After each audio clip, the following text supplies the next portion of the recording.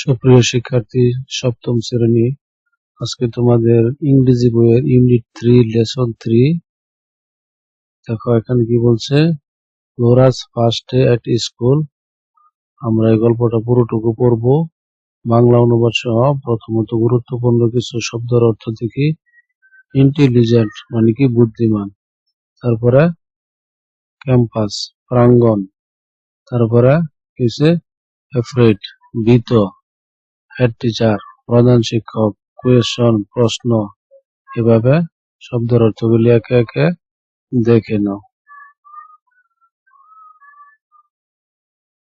এবার চলো আমরা পুরো গল্পটা একে একে পড়ি।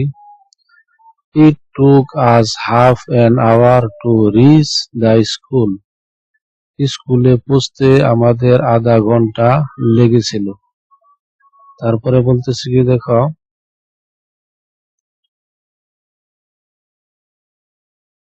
তার পরবর্তী দেখো বলতেছে I saw many students on the school campus. আমি স্কুল ক্যাম্পাসে অনেক ছাত্র ছাত্রী দেখেছিলাম। 4 নম্বর লাইন দেখো, some were playing and some were talking to each other. কেউ খেলছিল আর কেউ একজন আরেকজনের সঙ্গে কথা বলছিল। তারপরে দেখো কি বলতেছে, I did not know anyone. Know মানে কি জানা, তাহলে দেখো আমি কাউকে চিনতাম না। পরবর্তী দেখো 6 নম্বরে কি বলতেছে, সো মানে কি তাই, I was a little bit afraid. তাই আমি একটু ভয় পেয়েছিলাম। পরবর্তী লাইন দেখি 7 নম্বর। দেখো কি বলতেছে 7 নম্বর লাইনে,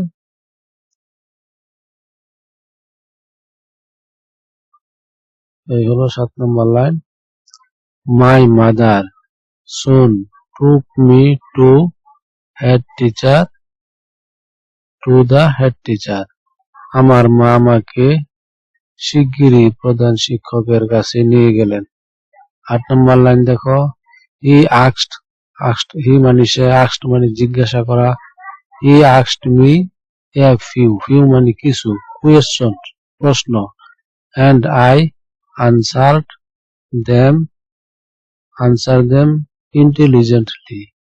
তিনি আমাকে কয়েকটি প্রশ্ন করলেন এবং আমি সেগুলোর বুদ্ধিমত্তার সঙ্গে উত্তর দিলাম।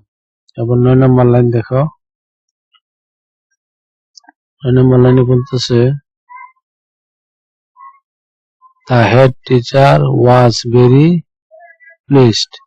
প্রধান শিক্ষক খুব খুশি হলেন। পরের লাইন দেখো 10 নম্বর line, he put his hand on my shoulder and said good.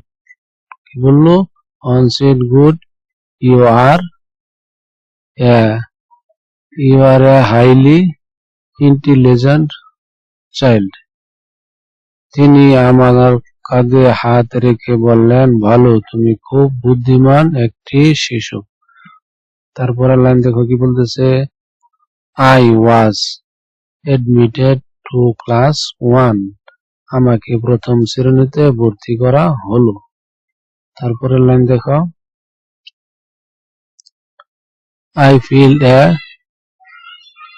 felt a bit nervous to see all the new face.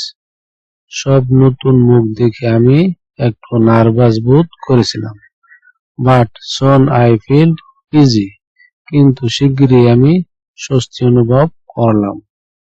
তারপরের লাইন, এভাবে তোমাদের গল্পটি শেষ হয়েছে। এখন চলো বি নম্বরে কি আছে দেখো। বি নম্বরে দেখো প্রশ্ন আছে। বি নম্বরে দেখো প্রশ্ন আছে। এই প্রশ্নে টিক চিহ্ন 4টি করে দেওয়া আছে। আমি শুধু যেটি কারেক্ট সেটি দিয়েছি।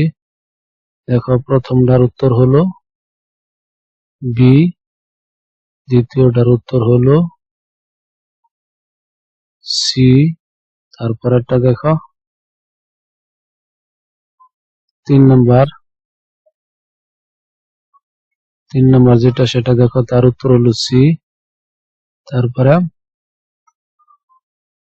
4 নাম্বার, এর উত্তর হলো এ, ঠিক চিহ্ন।